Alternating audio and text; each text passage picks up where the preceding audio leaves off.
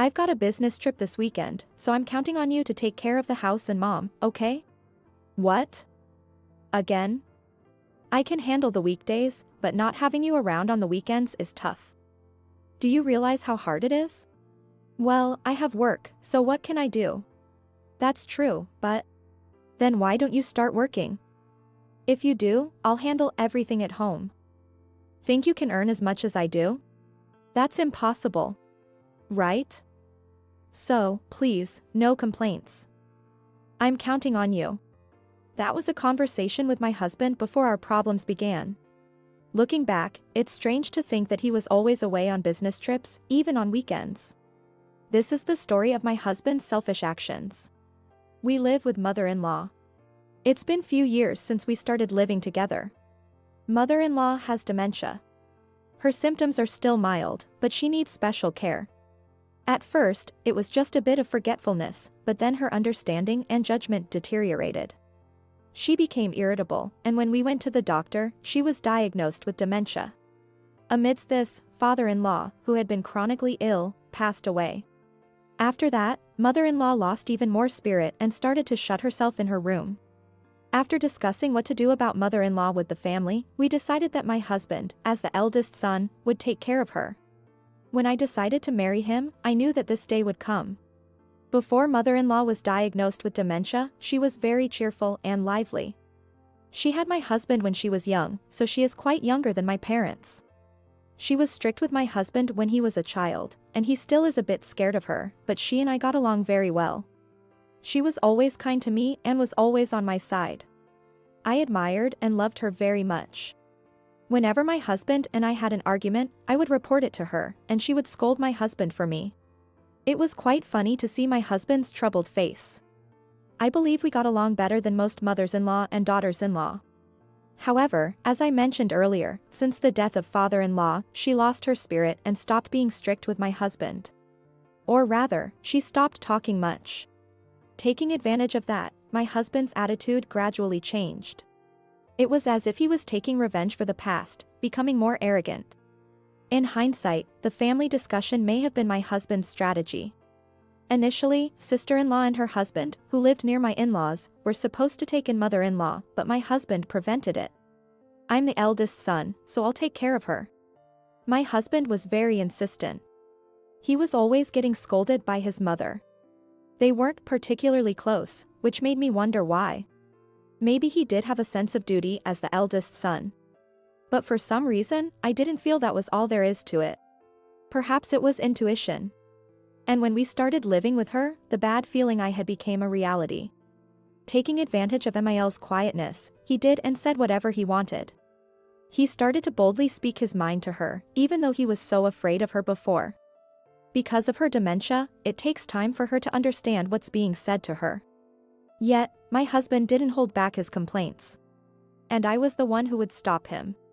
Then, an event occurred, hinting my husband's misdeeds. After a 3-day business trip, my husband returned home. As usual, I went to unpack his bag and found a pair of unfamiliar underwear. I always bought his underwear, so it was strange to see something I didn't recognize. It was men's underwear, so it definitely belonged to him, but it raised questions, so I decided to ask him about it. Hey, what happened to the underwear you took with you? Huh? What underwear? I've never seen this pair before. Did you buy it yourself? Yeah, I did. I had to buy some in a hurry over there. Why did you have to buy it? What happened to the ones you had? They got torn, so I threw them away. They were old, right? Torn? But I bought those recently. Oh, really? Maybe they just weren't good quality? Is that so? Watching his suspicious behavior, I felt uneasy, but I didn't press further. For a moment, a thought crossed my mind, but I decided not to worry about it. I was hoping nothing more would come of it. However, a few days later, another incident occurred. My husband returned from another business trip. I went to the door to welcome him. Welcome home. How was the trip? Yeah, it was fine. My husband was looking down, lacking his usual energy. What's wrong? Are you sick? I asked him. No, that's not it. I have something important to discuss. He replied, with a serious face. Mother-in-law had already gone to bed. I sat in the living room, ready to listen to what my husband had to say. And I was shocked by his words. I want a divorce. I was lost for words since it was so sudden. I'm sorry to shock you. But please, let's get a divorce. Why? What's the matter? To be honest, I've fallen in love with someone else. I've been having an affair. I'm sorry. That explained the unfamiliar underwear. It all made sense now. So you've been deceiving me all this time.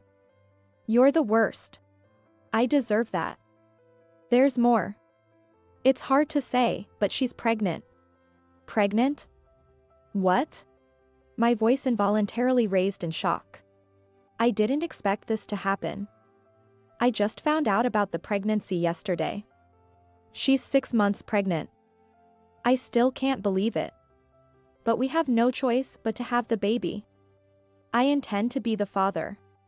That's why I'm asking for a divorce, please. Fine. I'll get divorced. After hearing that, there's no way we can continue as husband and wife. Thank you. I'm sorry. And you need to talk to mother-in-law yourself. With that, he fell silent. Why have you suddenly gone quiet? He awkwardly said. It's about my mother. Would you be able to take care of her? What? Do you realize what you're saying? I know it's selfish to ask. But my side chick can't handle taking care of my mother and her upcoming child. You understand that, right? How can you even ask for a divorce in this situation? Is it too much to ask? Of course. If you want a divorce, be prepared to take care of everything on your own. I understand. I'll figure something out. With that, he went to his room and closed the door. I didn't want to think about anything that day, so I just showered and went to bed. The next morning, something felt off. The room seemed too clean. Things were gone from the house. I had a bad feeling and rushed to my husband's room. He was already gone, and so were his belongings. I just sat there, feeling defeated. On the bed was a filled-out divorce form. And beside it, a note with just the words, "I'm sorry." And just like that, he left his mother, who needed care, behind. As I thought about what to do next, my hatred grew. I would never forgive him. I decided to seek revenge and started making plans. I immediately took action. I went to a detective agency to gather evidence of his infidelity. Since we haven't filed for a divorce yet, we were still legally married. He probably hadn't thought of that. I quickly found out where he was staying. The house of his mistress. The evidence of the affair quickly piled up. I had gathered enough proof in half the time I had requested from the private investigator. I decided to tell mother-in-law first. Although I wasn't sure she would understand, I explained it to her slowly and clearly. To my surprise, I saw a change in her facial expression. She responded with such clarity that I was convinced she was becoming her former self again. It turned out that the mistress worked at the same company as my husband, and mother-in-law suggested sending the evidence to his workplace.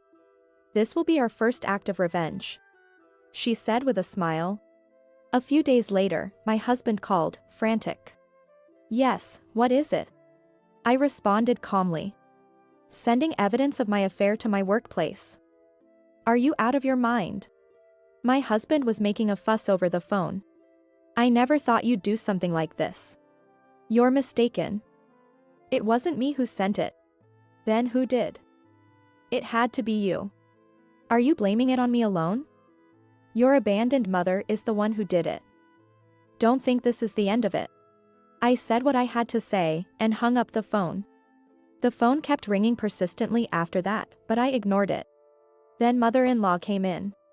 Time for our next move, she said and returned to her room, seemingly making a phone call. A few hours later, the doorbell rang.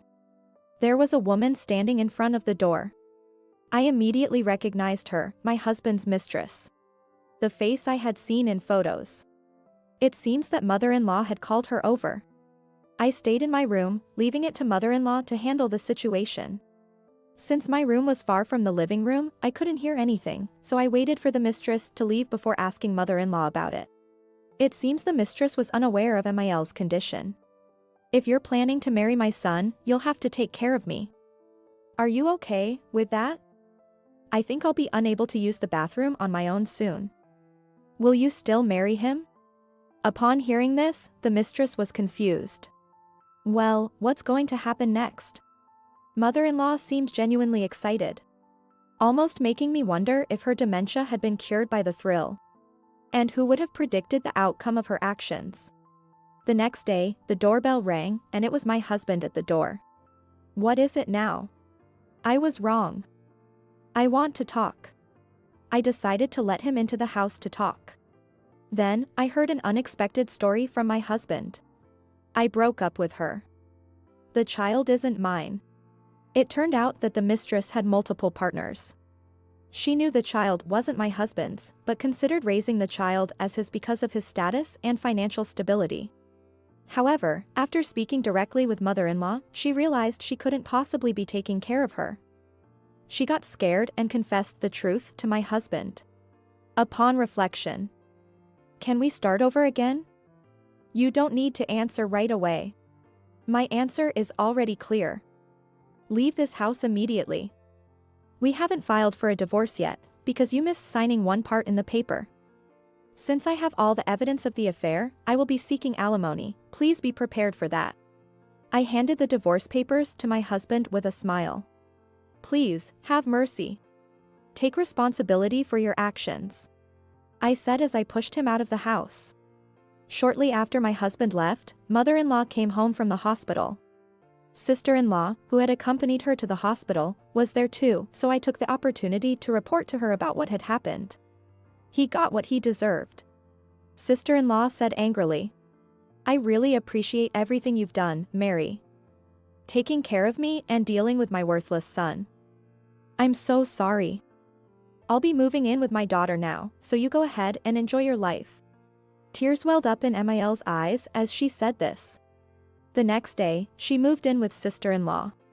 When I asked sister-in-law about Emil's condition, she said that while her dementia is somewhat managed with medication, it certainly wasn't cured. Eventually, my divorce finalized, and I received a fair amount of alimony. The mistress quit her job. Since mother-in-law sent the evidence of the affair to the company, it made her very uncomfortable to stay there. My husband submitted a transfer request to the company himself. It seems he got a demotion and a considerable amount of reduction in income. As for me, caring for mother-in-law has inspired me to help others in similar situations. I am currently studying to go into nursing. I'm grateful for mother-in-law because she led me to this dream.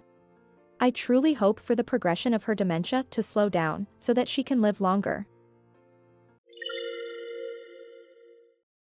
I had no idea my spouse had a stepson that big. I feel deceived. According to my husband, he didn't tell me simply because I didn't ask if he had a stepchild. Furthermore, he and my mother-in-law have been treating me and that child horribly. Just remember, the grudge of the two of us, I will return it 100-fold. My name is Rachel, 42 years old, and I married George, who is a divorcee and 4 years older. Having lost my mother early, I missed marriage opportunities while caring for my father, and a year after his death, a relative introduced me to George. George, looking sincere and good in a suit, confidently led our relationship, and we married 6 months after meeting. His mother was pleased that someone would marry her divorced son, reassured me that there'd be no issues between us. Since George was divorced, we skipped the wedding and reception. We filled our marriage paper at the city hall and had a simple dinner with relatives. When we were back at his family's home, I found teen sneakers. Are these yours? No, they're Charles's. Charles? Who's that? That was when I first learned that George had a son called Charles who was a high school student. He was a child by his ex-wife and she had passed away due to illness when he was 10.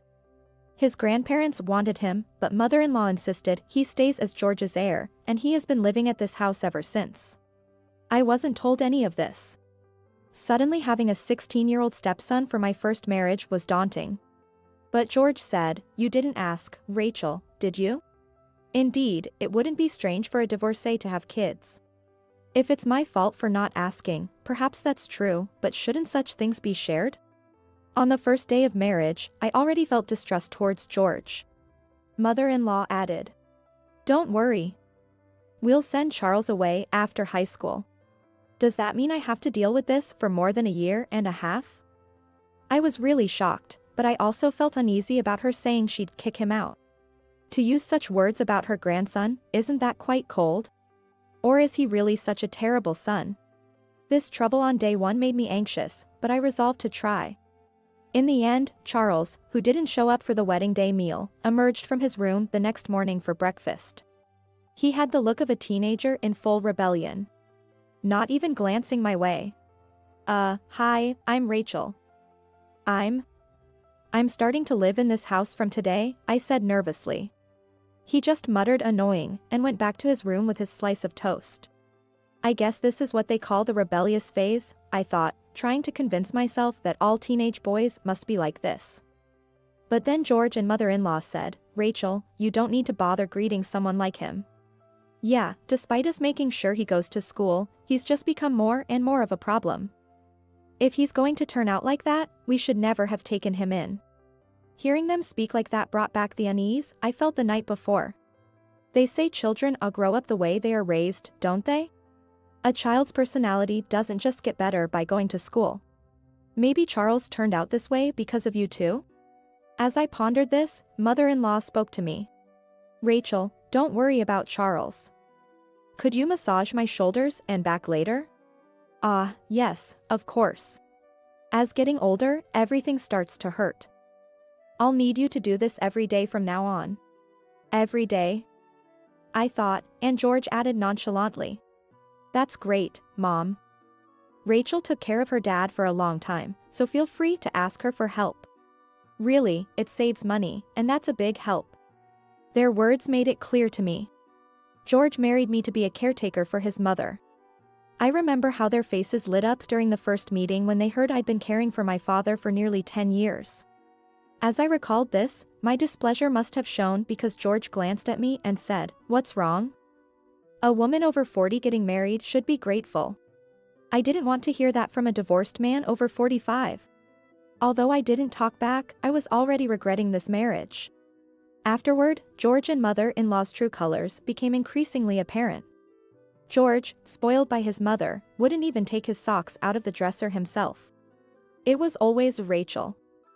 "Bring them quickly." Really, what a pain. My ex-wife was at least better than this. And he was very cold to Charles. Just seeing him eating in the dining room would prompt George to flip his plate over, saying, "You're in the way, go to your room," or yell at him after seeing his report card, "Aren't you ashamed of these grades? Quit high school and get out of this house." It was emotional and verbal abuse at its worst. Moreover, it seems that when Charles was younger, he even physically hurt him. It had become neighborhood gossip, so thankfully, it seems he hasn't done that recently. Mother-in-law, for her part, would have me massage her multiple times a day because of various pains, and on top of that, she would have me run errands non-stop. She even had the gall to say, "Your father must have pitted having such a failure of a daughter to take care of him." I wanted to leave right then and there, but I couldn't bring myself to do it because of Charles. Living with him, I realized he wasn't a bad kid at heart. Whenever he had laundry, he always made sure to say, "Auntie, here," and after meals, he took his dishes all the way to the sink. At least he was better than George and mother-in-law, who would just leave everything wherever they last used it. Once, I saw him with a girl who looked to be his girlfriend. Charles had all the buttons of his clothes undone, and underneath was a worn-out t-shirt, looking very much like a delinquent. But the girl was properly dressed in her clothes, not too short skirt, a very pretty and neat-looking girl. And when Charles noticed me, he said something to her, and she smeed and nodded to me. Charles, it seemed, didn't hate me, and choosing such a polite girl suggested he was at heart very earnest and kind. It made me very happy. All right, I thought, I'll protect this boy from George and mother-in-law until he gets married. I made up my mind to support him. From then on, I kept healthy distance with Charles, slowly becoming friendlier.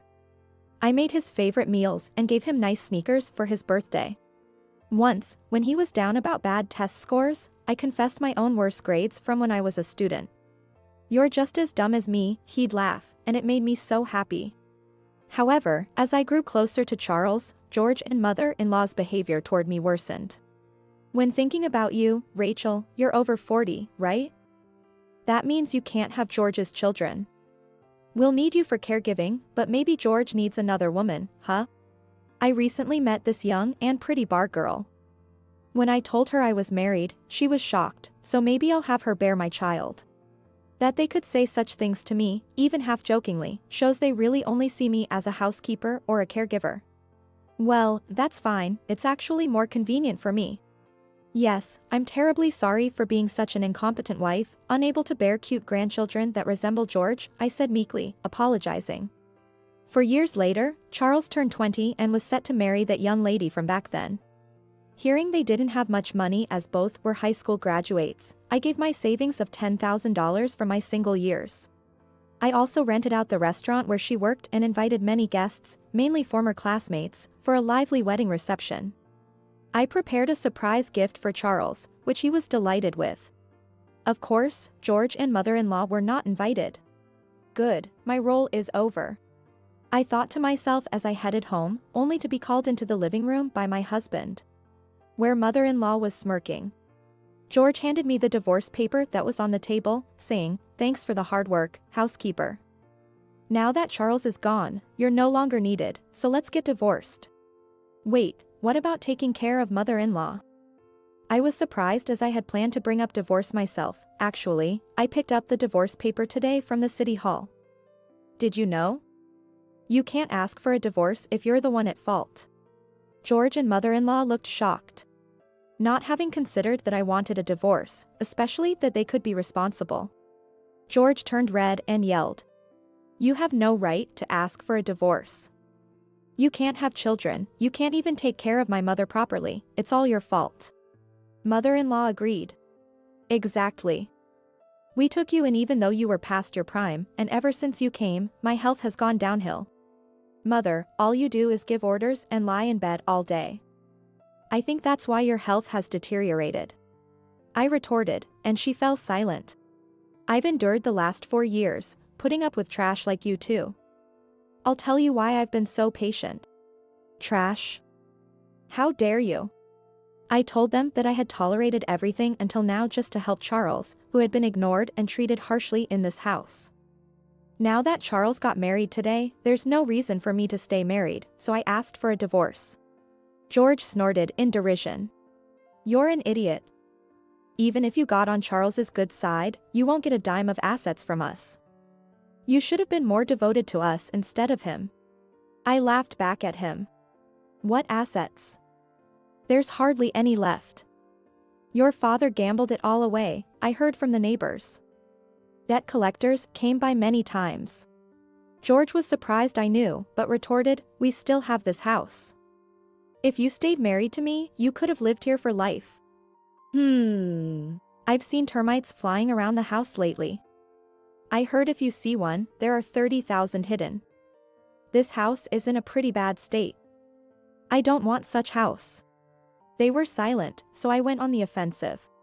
"Let me say this, Mother, you've been talking about how your health is getting worse, haven't you? I don't want to take care of an old woman like you.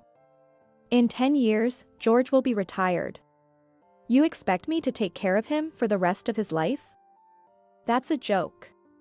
Besides, I heard his company's performance is terrible. If it keeps up, there won't be much retirement money, right? Living with you sounds like a very poor old age." George, thinking he had a trump card, blurted out, "Anyway, we're getting divorced. And I'm going to make sure I get my share of the property." "Huh? I know you inherited several $100,000 from your father's estate. And there was life insurance money too. I'm going to use that to put my mother in a fancy nursing home." Mother-in-law nodded in satisfaction at her side. "Oh, that's why they said I was no longer needed even though mother-in-law's care was still an issue." I couldn't help but laugh. You know, property division is about splitting the assets that the couple built together. George and mother-in-law seemed confused, so I explained further.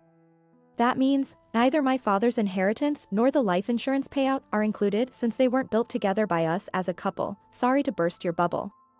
Hearing this, they looked bewildered, finally realizing they were in a weaker position. Rachel, don't you think we need to talk more about this? Mother-in-law suggested timidly, with George nodding vigorously beside her.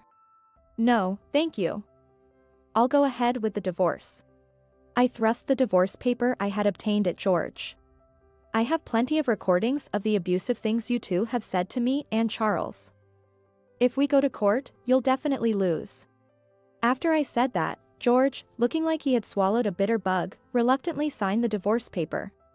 As for the divorce settlement and property division, I've got a lawyer, so from now on, you can deal with him, I added.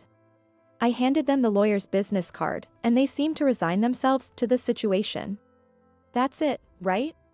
Not so fast, there's more. In fact, Charles's deceased mother's parents are also planning to sue you for damages. What? When there was a Charles's wedding, I had hired a private investigator to find his maternal grandparents and invited them as a surprise. According to Charles's grandparents, after his mother passed away, George and he moved to George's parents' home. They weren't informed of the new address, so they lost contact with Charles. When Charles and his grandparents, who hadn't seen each other for 10 years, met, they hugged and cried together.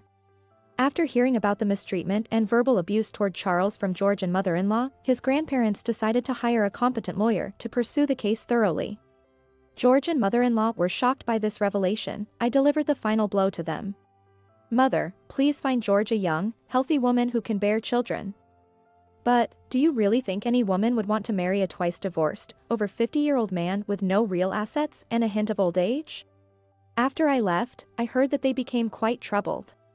Mother-in-law became immobile due to a lack of exercise, and without the possibility of a fancy nursing home, she had to hire a helper reluctantly. With the payments for my settlement, George was drowning in debt. Moreover, the house had become a dirty home, shunned by neighbors due to the termites. Despite all this, George proposed to that bar girl he'd been seeing for 4 years, which is quite something. Of course, she turned him down immediately. Afterward, I moved back to my family home for a while to relax. Later, by the recommendation of Charles and his wife, I rented a place near their apartment. They actually offered for me to live with them, but I couldn't impose on my stepson and his new bride. Now, I work part-time at a nearby supermarket, looking forward to meeting their child expected next year. My name is Sarah, and I'm 21 years old. I guess you could say I'm a writer by profession. I have an older brother. His name is Dave, and he's 30 years old. He graduated from college and works for a major company. Our parents died in a car accident when I was in junior high, which caused me to become depressed and withdraw from the world. As a result, I couldn't attend high school. But with medical treatment and my brother's support, I'm doing better now. When our parents passed away, my brother had just started his job. Despite the difficulty, he took good care of me and handled all the household matters. I began to help out by cleaning and cooking, gradually getting back to a normal life. Now, we live together in the house our parents left us. Since I work from home, I handle most of the meal preparation and shopping. Going out for groceries and such is a nice change of pace for me. I find joy in cooking, coming up with menus, and following recipes to the letter. So, I'm pretty good at cooking. Back when I was shut in, Dave bought me a laptop. He said, check out the world you don't know yet. And so, I started exploring all sorts of worlds on the internet. I began wanting to visit the places I saw in online photos and videos, places I came across on video sharing and message board sites, and Dave would take me, or I'd start going on my own. Without Dave's support, I might still be shut in. Eventually, I discovered the concept of working from home. Bit by bit, I was able to start working, which led to more opportunities to go out, and I managed to get back to a normal life.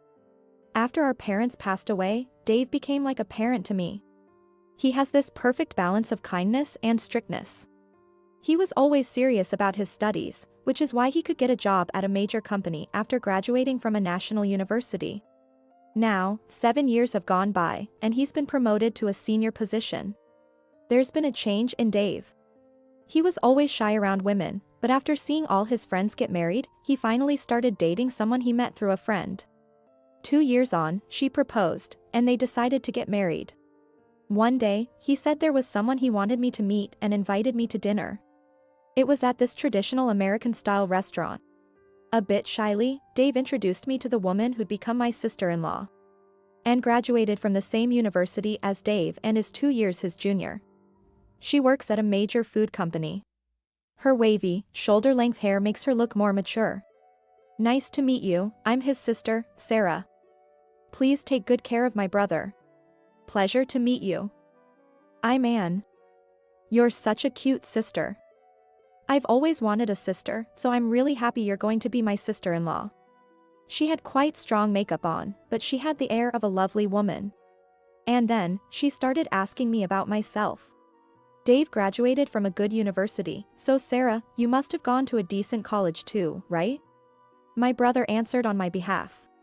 Actually, Sarah didn't go to college. When our parents died in an accident, she was in her 3rd year of middle school and she took ill mentally. It took her a while to recover. Of course, she's leading a normal life now. What? Sick in your 3rd year of middle school? So you didn't go to high school either? Anne seemed very surprised and pressed on. I felt I had to add to my brother's explanation since it was about me. Yes, that's right. I caused a lot of trouble for my brother because of my illness. But thanks to him, I was able to get back on my feet. I can't thank him enough. I see, that's interesting. And my brother may look a little older than his age because of all he's been through, but he's got a great personality. Please make sure you look beyond his appearance. What are you saying, you rascal? I tried to lighten the mood with a joke since the conversation had gotten a bit heavy, but Anne didn't laugh. However, at that moment, I thought her attitude was due to being moved by what my brother had done for me. From what my brother told me, Anne's parents both graduated from prestigious universities, and it seems her entire family did as well. Naturally, they all graduated with excellent grades, and many found employment in well-known companies. There are many professionals like doctors and lawyers in her family. They are quite the accomplished bunch. Anne's father serves as an executive at a major publishing house, and her mother is the president of the local women's association. Hearing this, I thought my brother was marrying into an amazing family. Despite his busy work schedule, Dave was steadily making wedding preparations. Seeing him so happy, I helped out with whatever I could. Then one day, I got a call on my phone. I was a bit nervous to answer a call from an unknown number, but I saw it was properly identified and picked up. May I ask who's calling? Sarah. This is Jessica, Anne's mother. To my surprise, the caller was Jessica, Anne's mother, who would be my mother-in-law. What can I do for you? As I asked with a pounding heart, she said, I heard from Anne the other day, you haven't been to high school and your highest education is middle school, is that correct? I wasn't sure what she was getting at, but I answered honestly. Yes, I was mentally unwell after our parents' accident, and it took a long time to fully recover, so I didn't go to high school. I sympathize with you. But it's a fact that you're a middle school graduate, right? Yes. Well, I have a favor to ask. Could you, perhaps, not attend Dave and Anne's wedding? Actually, please don't attend. What do you mean by that? She had caught me off guard with such an outrageous request. Dave and Anne both graduated from top universities, and my husband and I did too. Of course, all our relatives are college grads. Yes, and you really are slow, aren't you? Just like a middle school grad. Sigh, with a sigh, Jessica continued speaking. As I mentioned earlier, our family is full of elites. College graduates are a given, working as executives in major corporations, doctors, lawyers, we have people of significant status. Such distinguished people will be attending the wedding. I was beginning to understand what she was implying. So, I don't want you, a middle school graduate, attending this kind of event. In fact, I want you to stay away. But I am Dave's sister and his only family. I can't just not attend. Even so, please don't come. How can we introduce you, a middle school grad, to our relatives without feeling ashamed? Do you understand? I've conveyed our wishes anyway. How utterly rude. After hanging up, I was trembling with anger. Their parents dislike me, a middle school graduate, because they are too obsessed with appearances and social standing. At least, I've never been ashamed of my life and I don't think I'm worthy of ridicule by others. But, could my presence make my brother unhappy? If I step back, my brother could have a happy marriage and a future. I've always caused him so much trouble, I want him to be happy more than anything. I can't be the one to ruin that. But I can't accept being denied for who I am. My head's all over the place. I talked to my brother about this. He told me, "Don't worry, you're my sister, my only family. Attend my wedding with confidence. I'll protect you no matter what happens. But, if my presence causes you trouble, I won't mind not attending. There's no way that would trouble me. You're my only sister. It'd be shameful for a brother not to protect his sister, right? Dave, thank you." His words gave me strength, and I decided to attend the wedding. On the day, when our family's representative, my uncle, introduced me, Anne's parents looked at me with displeasure. My brother seemed to notice their attitude as well. At the reception, the family seating was at the very back, facing the head table. I thought maybe they hadn't prepared a seat for me, but there it was. Sitting down, I could feel the sharp glances. Indeed, Jessica, my mother-in-law, was staring right at me. She came over and said, "Why are you here? Didn't I tell you not to come because you would bring shame to our family? I am his biological sister. I have every right to be here."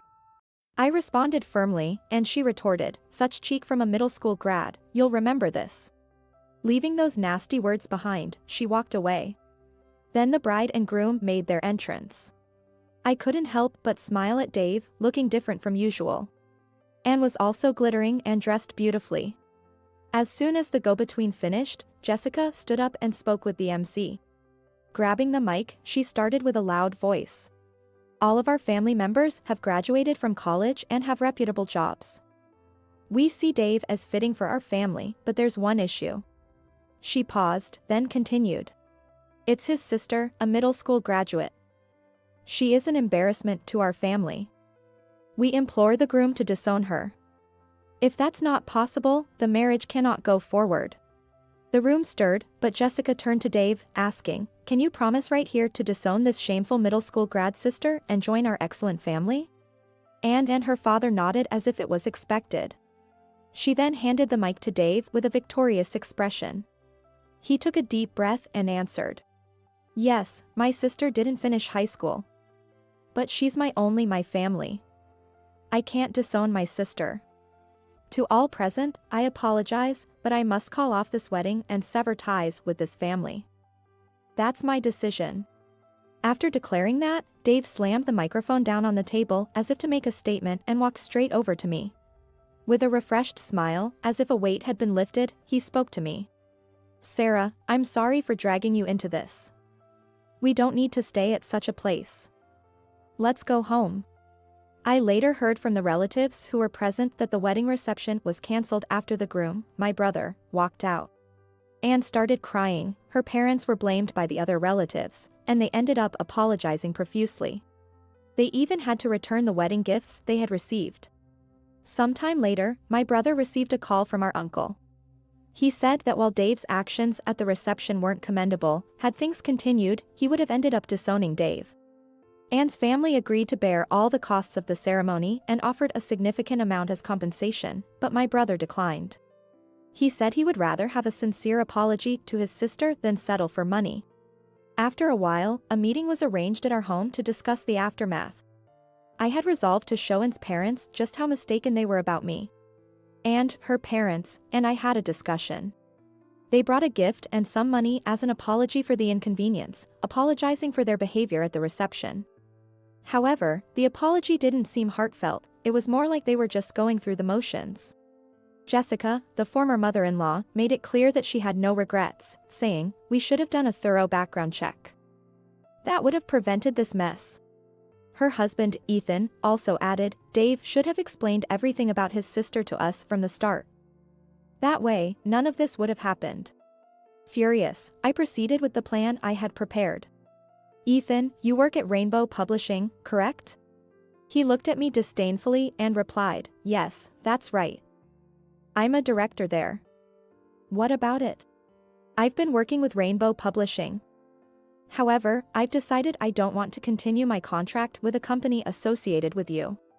Is that all? It doesn't bother me. There are plenty of other writers. It won't affect us at all. Understood. I'll terminate my contract immediately. And I'll be going into contract with your rival company. Go ahead, be my guest, he said with bravado. Ignoring his confidence, I called my editor at Rainbow Publishing and informed them of the contract termination. They were flustered on the other end of the line, but I stated my piece and hung up. Then I contacted the rival company to proceed with a new contract. Even after the call, Ethan sat there, smug, while my brother looked around, confused by the situation. Eventually, Ethan's phone rang. Hello? Yes, it's me. What? The CEO is on the line? What do you mean? His face turned pale as he whispered into the phone. After he hung up, he turned to me and asked in a much humbler tone, You're the popular author Ms. Rowling, aren't you? Well, yes. Ms. Rowling is my pen name for light novels. Why do you ask? My CEO just told me that our star author is canceling the contract because of me. He says it's my responsibility. I might be demoted over this. Didn't you just say it was okay? That's all there is to it. I spoke calmly. Aren't you the elite? Why would you be embarrassed by someone like me, a mere middle school graduate? I beg you, please reconsider the cancellation. I apologize, I'm really sorry, he pleaded, his attitude having completely changed. Seeing her father's sudden shift, and asked incredulously, why are you groveling to a simple middle school grad like her? She's the flagship author of our publishing house. If she leaves, the damage to our company is immeasurable. The CEO said I have to take responsibility. I could be demoted over this. Really? You? If that happens, we'll be too ashamed to face our relatives. Please, do something. The former in-laws were in disarray, arguing amongst themselves. Please, reconsider, won't you? No. The discussion is over. Please leave. My brother supported my decision and asked, then, if that's settled, would you mind leaving? My brother and I watched with smiles as the three of them left our home with their shoulders slumped. After the three of them left, my brother Dave looked surprised and said, So you're a popular author? I had no idea. Well, I've been using a pen name. I posted a story online last year and it got really popular. Rainbow Publishing approached me for a contract. I've been making a good amount of money from it. I explained with a sense of pride. His smile burst forth. It felt like the first time in a long time I'd seen him smile like that. And with that, the broken engagement was completely behind us. And seems to be looking for a new partner, but after the incident became widely known, no one wants anything to do with her. She's become a recluse at home and has even quit her job. Ethan was blamed for the contract cancellation with me and was demoted to an ordinary employee. Unable to bear the warehouse work, he resigned. Jessica faced harsh criticism from the relatives for her actions at the reception and is no longer considered reputable in her so-called elite family. I feel like it serves them right. The publishing house I transferred to has been very supportive, and they've even turned my popular works into comics. Now there's talk of an anime adaptation. As for Dave, he's buried the memory of the wedding as a dark part of his history and is now focusing on his work. I'm looking forward to the day a wonderful person comes into his life. We're finally back to peaceful days. I'm still busy creating light novels, but I've come to realize that this kind of daily routine is happiness in itself. I'm planning to go on a trip with my brother again, taking along our departed parents' portraits. Sarah, did you get engaged? Congratulations. Thanks. We haven't decided on the wedding details yet, but will you come? Of course. I was happy that you attended mine, so I'd love to be there for yours this time. I was thrilled when my best friend was so happy about my engagement. I've always dreamed of a wedding and never thought such a thing could happen. My name is Sarah. I'm a 27-year-old office worker, engaged to my boyfriend, Tom. He proposed just the other day. On our 3rd anniversary, during dinner, he surprised me with a proposal. Since I always thought he was the one I'd marry, and we had started discussing it, so I said yes, without any hesitation. How about we go check out some wedding venues soon? A while after the proposal, Tom suggested this to me. I've always been fascinated by weddings. My best friend had the beautiful wedding last year, making me determined to have one too. Although many opt out of weddings these days, everyone around me had one, and I've always wanted to wear a wedding dress once. Tom knew this, so he brought it up. However, I don't want a lavish ceremony. I don't want to rely on parental support, preferring a wedding within our budget. After sharing these thoughts with Tom, he agreed, and we narrowed down our options based on budget and location. On our next day off, we went venue hunting and I instantly fell in love with one chapel and reception hall. It looked affordable, and with Tom's agreement, we decided on that hotel venue. After telling our parents over the phone, they said it's our decision and seemed supportive. But then, the problem arose. The next day, while at Tom's place, his phone rang. It's from Dad. As he answered, I could hear the sound of shouting from the other end. How dare you decide on such a venue without consulting us? I've visited his family home a few times. His father seems to care a lot about appearances. I knew this, but I never expected such an outburst over our wedding plans. Tom's voice was getting increasingly irritated on the phone. It's our wedding, for crying out loud. We're paying for it ourselves, you don't have a say in this. Tom was saying this, but his father didn't seem to be listening and was still shouting. All right, I'll come over next week, and we can talk then. Tom said with a sigh, sounding annoyed, but the shouting was still audible on the phone. Both of you should come. Got it? Tom seemed surprised, apparently planning to go alone. But I heard it too and nodded affirmatively at him. He looked apologetic as he hung up the phone. Okay, next week then.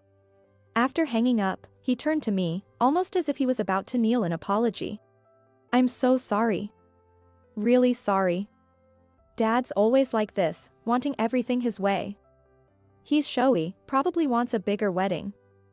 But I swear, I'll convince him. I won't let this trouble you, Sarah. It's okay, I'll help convince him too. After all, I was the one who insisted on this venue. That's not true. I liked it too. The food was great. Let's definitely have our ceremony there. Tom promised me with determination. The following week, I went with Tom to his parents' house. Mother-in-law greeted us as we arrived. Sarah, thanks so much for coming, sorry for the trouble. She is kind, always nice to me. To me, they seemed like a couple from an old TV show, a stubborn husband and a supportive wife. I can talk to mother-in-law, but honestly, I'm not comfortable around father-in-law. But since Tom said he would handle it, and we needed to talk, I sat down with a bit of courage in front of his dad. Skipping the pleasantries, we got right to the point. We've decided to have our wedding here. Look at this, please. We visited the venue, and it was really nice. We even had a tasting for the reception food, and every dish was delicious. I think you'll like it. Tom said, pulling out the venue's brochure and presenting it to his dad like he was a salesperson.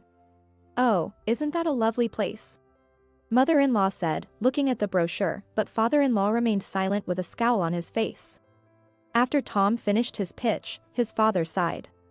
This place won't do.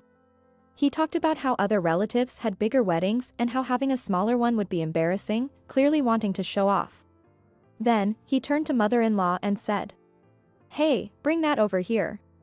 Upon being asked, she returned with the brochure. She had a somewhat downcast look on her face. He took it and showed it to us. This place would be great. It's the most famous venue around here, really adds prestige. He said, apparently not noticing our shocked expressions. My acquaintance works here, and they've already reserved the reception hall and plan for us, he continued. Tom immediately objected. Hold on, what do you mean a setup?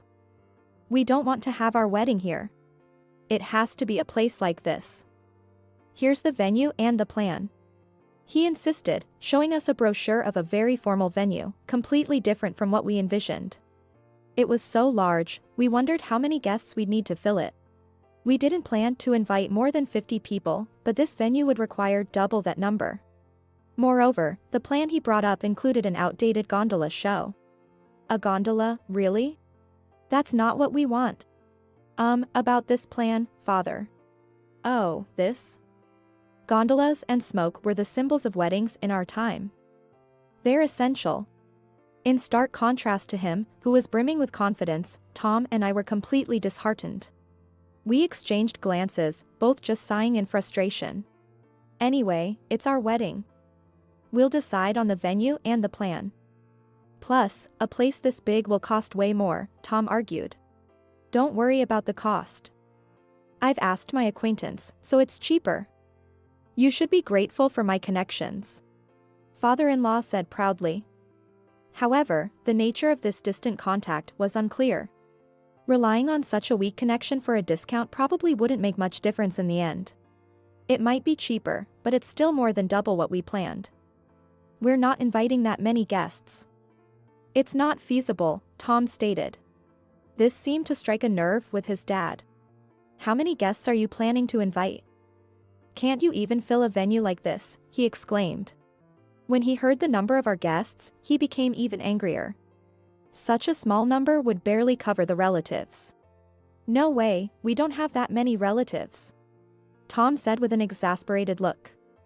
But it seemed like father-in-law was planning to invite nearly strangers in the name of relatives. Forget it, this discussion is pointless.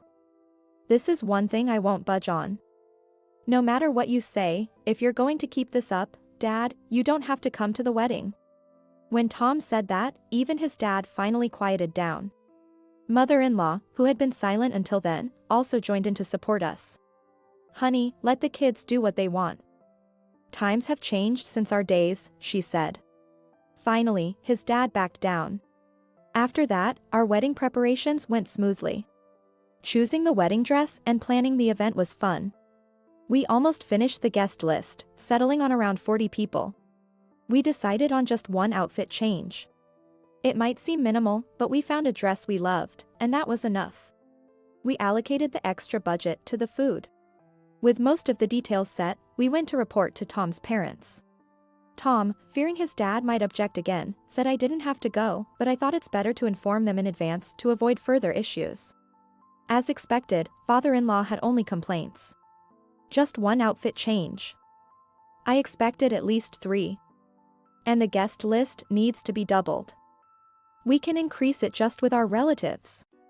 Before we could object, he proudly announced. By the way, Ethan will be coming. Ethan? Tom and I were puzzled. You know, the city councilman, Ethan. What? Why? It's an honor. I asked him through my connections. Wait a minute, we don't have any connection to someone like that. The conversation between Tom and his father continued, but suddenly turned to me. So, Sarah, who are you inviting? Surely, you'll invite at least one councilman, right? A councilman. That's a bit. Father-in-law visibly became irate. What do you mean? A bride who can't even invite a councilman to the reception is out of the question. I had almost lost my patience multiple times, wanting to remind him that our wedding wasn't a stage for his vanity. But his last comment pushed me over the edge. All right, I'll invite someone of a different status then. Tom also seemed to have had enough, and without saying anything more, we left the house. 3 months later, on our long-awaited wedding day. While I was waiting in the dressing room, I heard a commotion coming from the groom's dressing room. But, having expected this, I decided to ignore it. The ceremony went on without any issues and was over in no time. Father-in-law looked disgruntled, but it was a situation of his own making. The next day, as Tom and I were spending time in our new home, his father, predictably, came over. When his mother accompanied him into the room, he instantly became furious, like a kettle boiling over.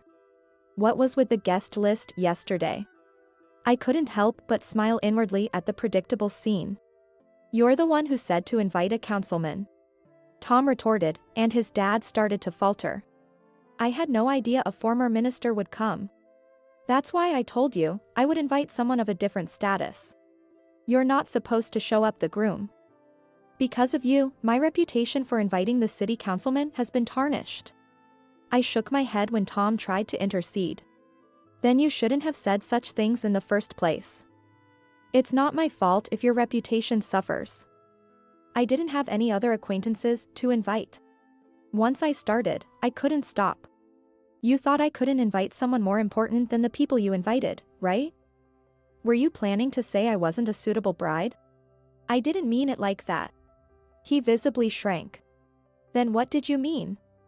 Let me guess, you just wanted to show off at your son's wedding that you know a councilman, right? He had nothing to say in response, just glaring at me. That man is my best friend's father, and we've been close for years. He was happy when he heard about our marriage, but said he didn't want to bother and declined to attend. But when I told him what you said, he happily agreed to come. Father-in-law was left speechless. Tom came to my support. Dad, you always show off too much. Think about the trouble it causes us. Using your own son's wedding as a tool for your vanity is just too much. Then, suddenly, mother-in-law, who had been quiet until now, spoke up. Now that Tom's wedding is over, I want a divorce. What are you saying? Not just his father, but everyone present was shocked. I've been patient until now, but I've reached my limit. Yesterday's wedding was wonderful. During my own wedding, everything was decided by you and your parents. I couldn't even wear the dress I wanted. I still remember it. I'm glad Tom and Sarah could have a wedding without regrets. Hearing this story for the first time, I couldn't hide my surprise. Anyway, we're going home now. Mother-in-law, who always supported her husband, had changed and took him back home with her. Afterward, father-in-law was indeed divorced, and he, having never lived alone or managed household chores, was struggling even with tasks like taking out the trash. The man who had always put on airs, now known to be divorced, was pitied by those around him.